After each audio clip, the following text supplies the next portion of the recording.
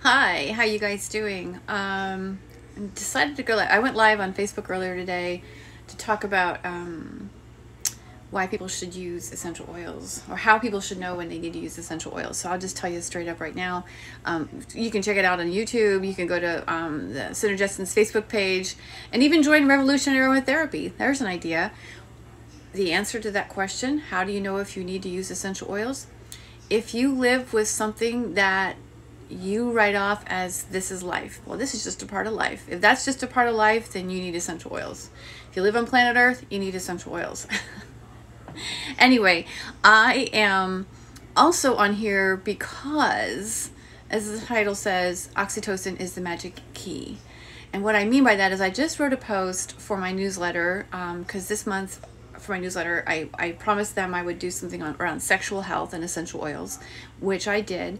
But in the writing of it, because, February is Heart Health Month, right? And to kind of underscore it all, I mean, just seriously, oxytocin is the antidote to cortisol. It's the exact opposite. So when cortisol is pumping and when the stress system is activated and the cortisol is like flowing, we're not getting the oxytocin. And the sad truth is, for anybody who, if you've come this far and you're watching, hey, thanks for sticking it out, but if you actually believe that social distancing is doing us a favor, you probably should tune out, because it's not. The fact is that oxytocin, for that matter, this political environment, everything that we're currently going through is stimulating the exact opposite of oxytocin. The division that we're seeing, the social distancing, the lack of touch. I mean, we do relate to oxytocin as the cuddle hormone, as the hormone that is released when mothers have their babies, and the hug hormone, right? The hugging hormone. But the truth is that it's more than that. Oxytocin is linked to heart health. That's what fascinates me. And we've got to find a way to be kind. Being kind, what we recognize scientifically is that kindness, actually, true kindness, when you're doing something just for the sake of being generous and kind, it's sensed in the other individual. That actually is the trigger for the release of oxytocin, because then it promotes compassion, it promotes empathy, it promotes cooperation. We're not seeing that happening right now. Yes, there's a lot of things going on that just really show how beautiful human beings are.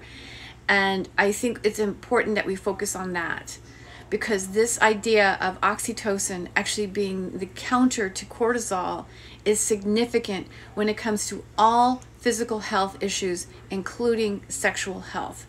And that is what I was writing about. And I did offer essential oil suggestions, because the truth is, for as much as we think that we can just regulate our mind and our emotions, and as much as we want to, given the climate that we live in, politically, financially, and so forth, it's difficult, to say the least.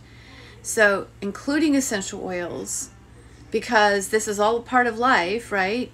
And including them in such a way that supports your personal physiology, now you are actually helping to activate the production of oxytocin, because oxytocin, like endorphins, are released from the pituitary gland.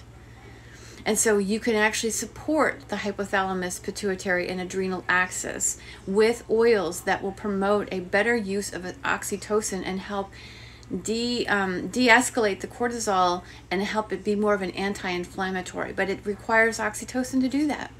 So that's my spiel. And I think for, social distancing may have its benefits. I say may. We've been dealing with viruses for a long time. I'm not going to go anything further than that. We've been dealing with viruses, period, for a long time. We've been dealing with this particular type. We've been aware of it since the 1960s. So I think it's wise to be more cognizant of our hygiene and, and not, and being more responsible with how we carry ourselves in public. But at the same time, we've got to find a way to come together and touch one another and be kind to one another and forego all of the arguing and division that's occurring politically. let the antics be the antics, but us being, you know, being connected and supporting the well-being of one another is really what this is about. Being kind is supporting the well-being of somebody else. It's supporting your well-being, and it's supporting the well-being of others. And that's how we can be connected. If we don't want anything else for anybody, can we just wish them to be comfortable in their skin, to find that, have a health, and just have a healthier outlook and a healthier experience in life. This is what we're teaching our children.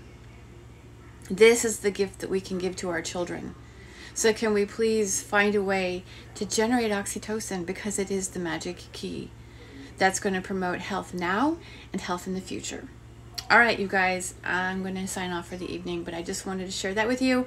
And I will,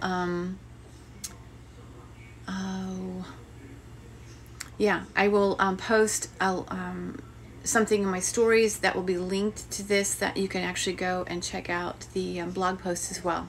Okay? Let me know what you think. I would love for you to comment on it. I would love for you to do that. And if you could just go to synergessence.com, by the way, and just click on blog archive, it's going to be the one at the top. All right? This is love. You guys take care.